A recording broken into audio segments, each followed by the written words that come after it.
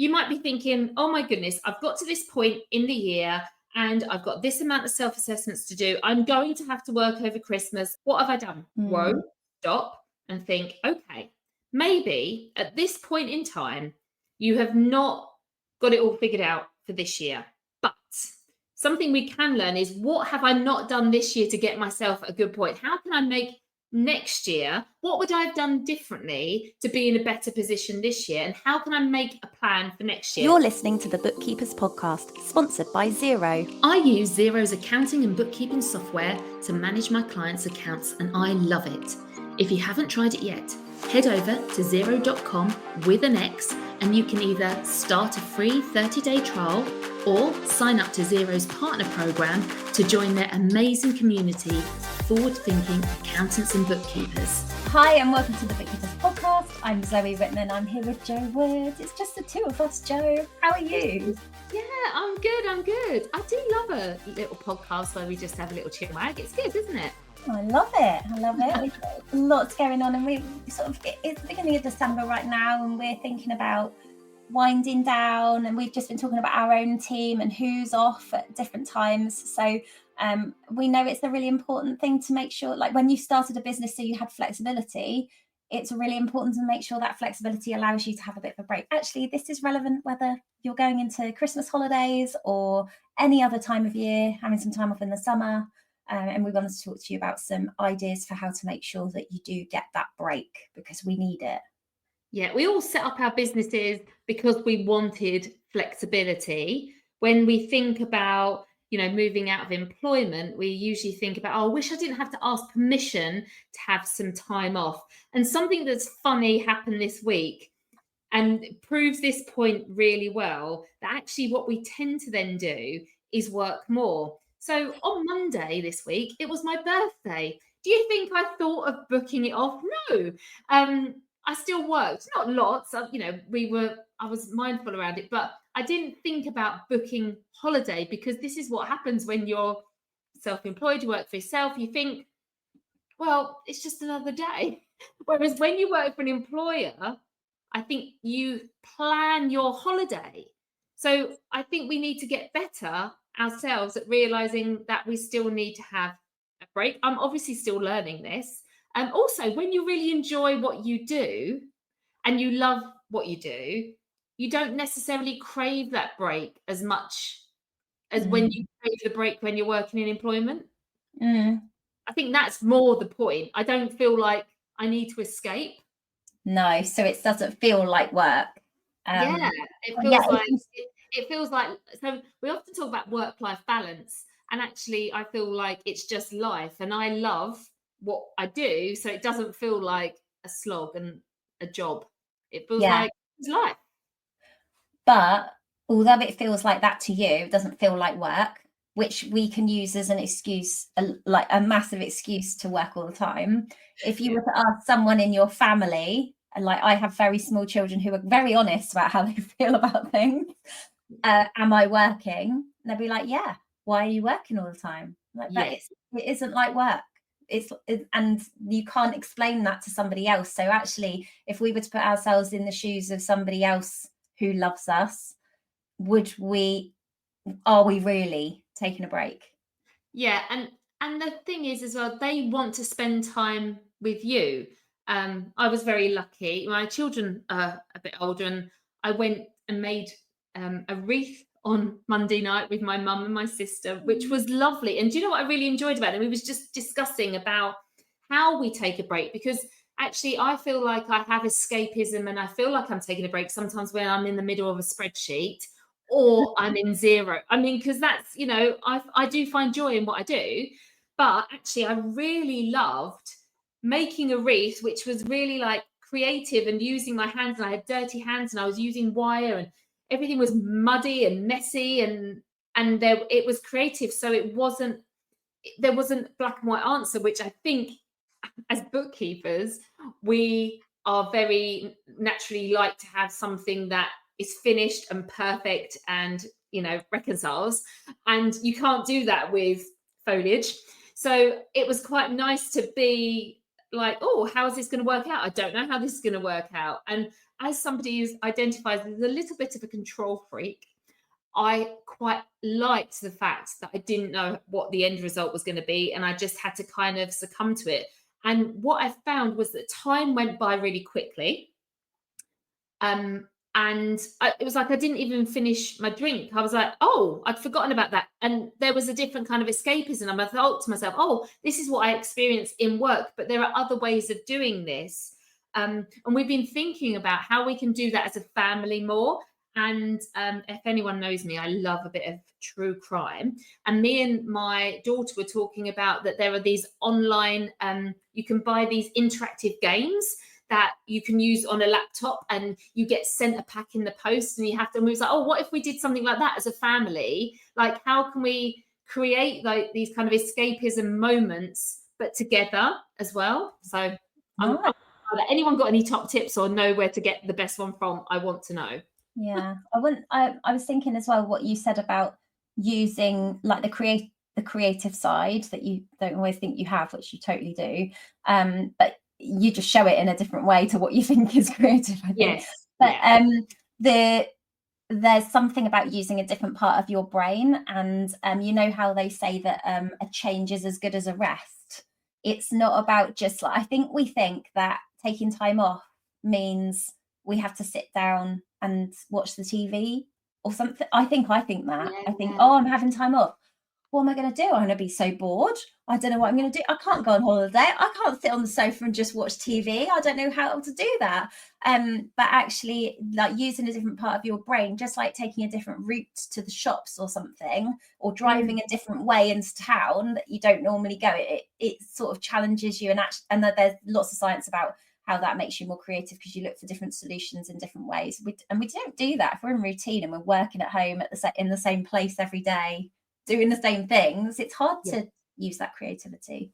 Yeah, and there's a guilt, I think, that we have someone told me as soon as I gave birth, she said, you're going to learn this new thing and it's called guilt. Like, you're going to feel guilty about everything. And I was like, I didn't understand at the time, because as a young person at the time, we'd have a lot less guilt, and we'll see that in our children. They don't really feel guilty about a lot. They don't have that weighing on their minds. They just do what they think about themselves a lot more. But when you become a parent, you pass this, you think, oh my goodness, am I doing this wrong? Am I doing that wrong? So something that I've learned as I've got older to help me with that feeling of, and then when you give birth to a business, there's guilt around, oh my goodness, I should be doing that. And I should be doing clients, and your clients, because we care about everyone and we want everything to be fine and everyone to feel safe and looked after. And then we're not answering our emails, and then we feel guilty we haven't checked our inbox. Yeah.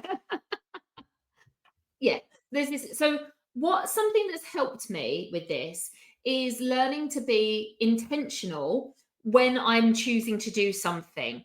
So if that means, say, for example, I'm cooking dinner at home, which happens a lot, obviously, deciding not to try and multitask in that moment and be fully intentional in that task means that I feel like I'm giving it 100% focus, because that's what I do when I choose to work on a client.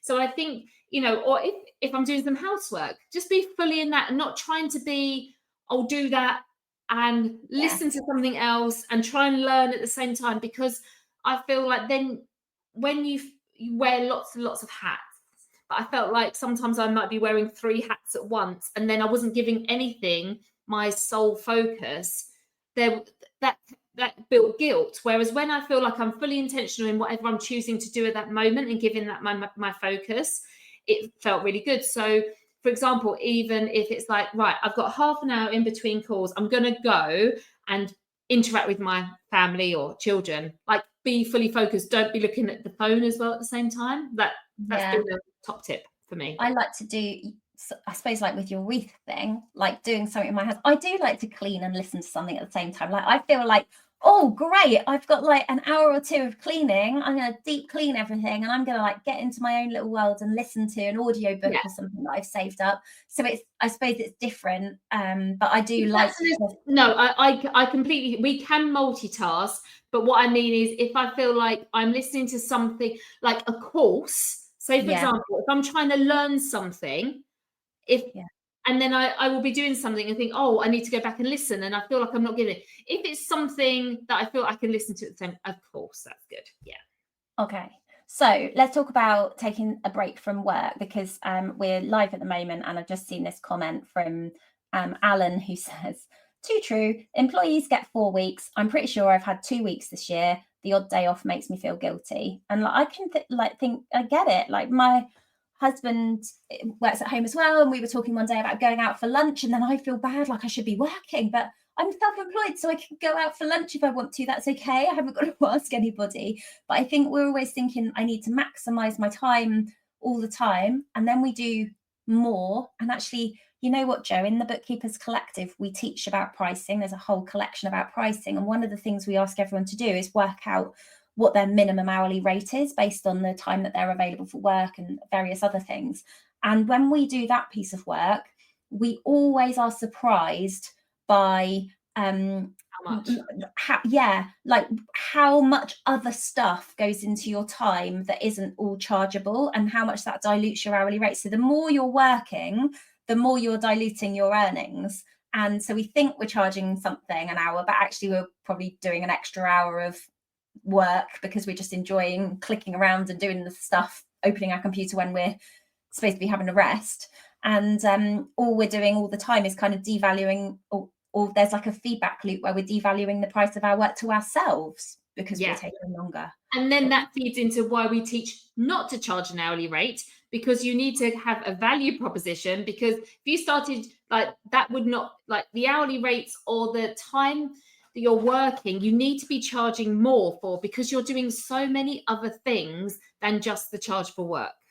Yeah, totally. And you need to be okay to do that. Like, if you're not able to have time off, there's a problem with your pricing, because if you price it right, you can get support, or you don't need to have as many clients. So I'm always curious, like, if you're feeling like you can't have time off, go back to what does the workload look like and who's doing it, what could be more efficient. But in terms of actually having that time off, I think being realistic is a really good starting point. Like, what do I want to do?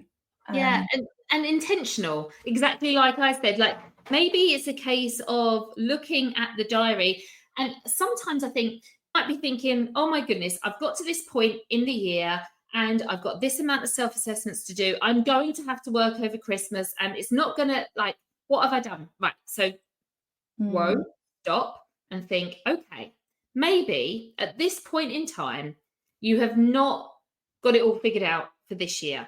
But something we can learn is, what have I not done this year to get myself at a good point? How can I make next year, what would I have done differently to be in a better position this year? And how can I make a plan for next year?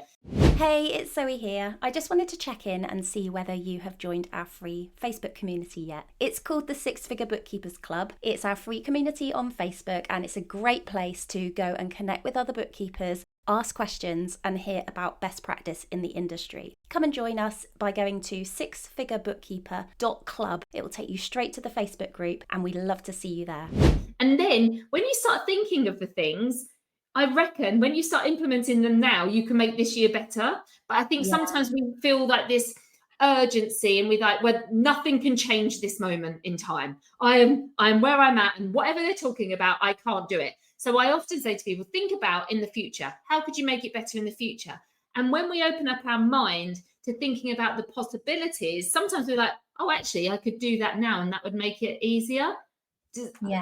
I find that, because I think we come with it with so much conviction that we've already messed up this year. So I think that might be that we're in a kind of industry where we have to do quite black and white thinking, and we're trained by the school system to do like right or wrong thinking. And because we've made a plan and we're committed to the plan, we give ourselves a really hard time if we're not hitting the plan. So we need to look at where we are right now.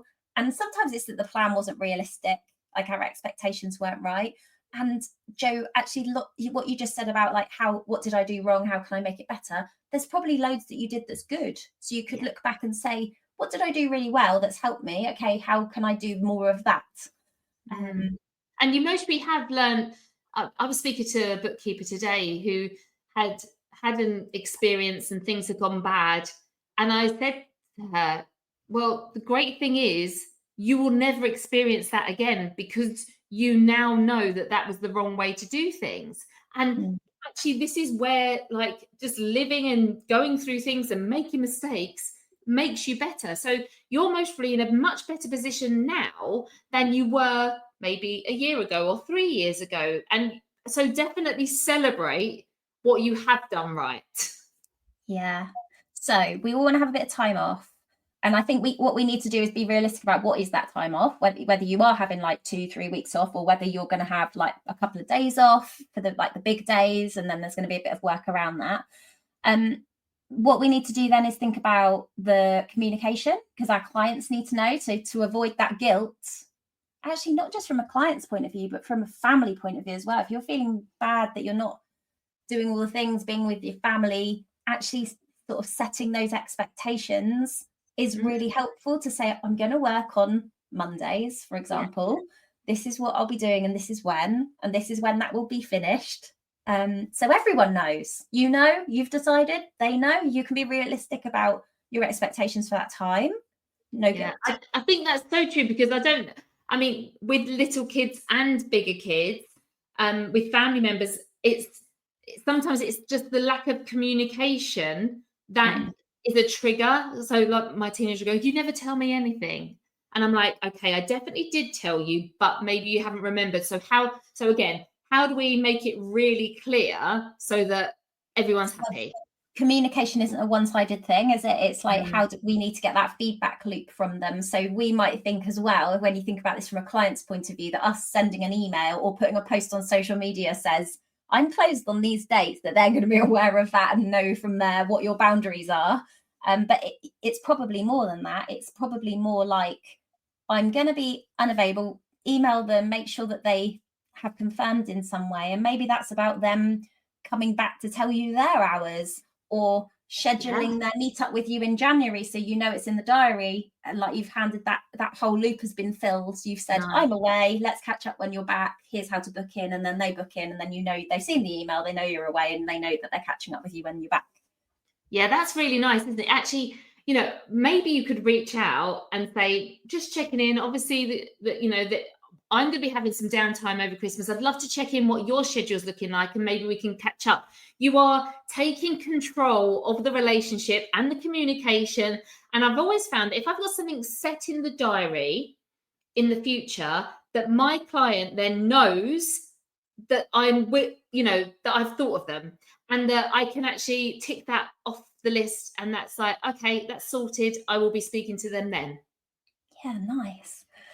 Okay, so everyone's got some tips on what to do. We've got to go away and have a think about what time are we having off? How are we going to make sure everyone knows in our family and with our clients?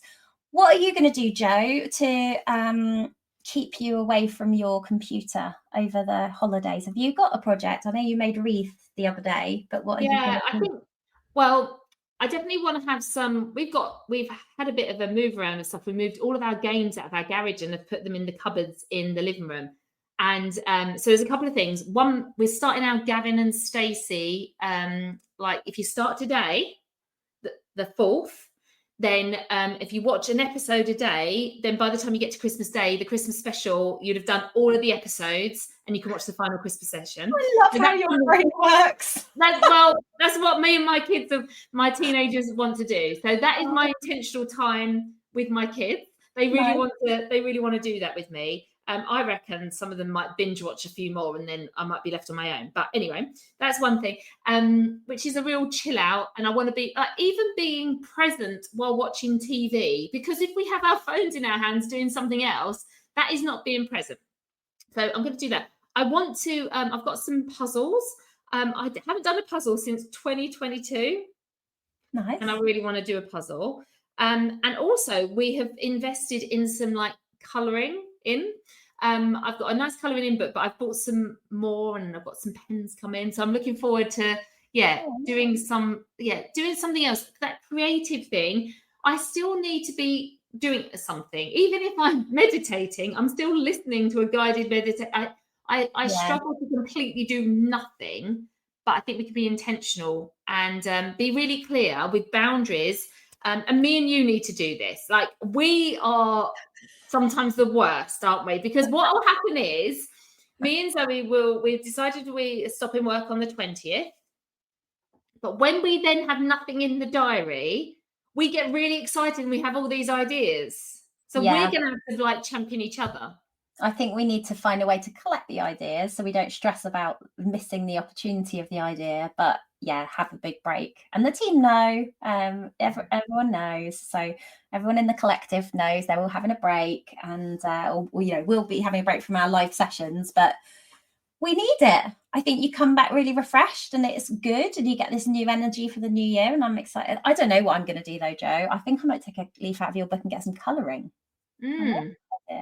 Yeah, lots of big thought out of like kids crafts the other day, and we've got a cupboard in the dining room which has got lots of their things, and we threw loads, you know how you just collect bits of random half coloured in stuff, sorted all that out, and I'm like, actually there's space, they're probably already colouring in there. I can do, it's just, is it grown up or is it a picture of a dinosaur?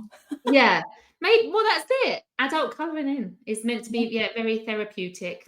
So give us some ideas. Let us know what you're going to be doing. I think this is the thing. We need to share these ideas, just like we do with business ideas. We need to share ways of like, and this is as we get older, and like when you've been thinking about other people for so long, it's like, what do I like to do?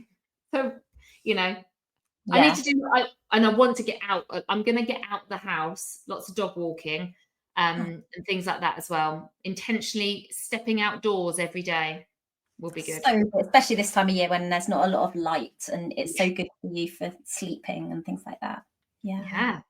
Nice. Well, look, thank you for tuning in, everyone, for a slightly different episode. We're actually going to be, if you are listening to these back to back, we're going to be back with the next episode where we're going to be announcing our shortlist for the Bookkeepers Awards 2024. So come and join us for that episode, and we will see you next time for another episode of the Bookkeepers Podcast. Thank you.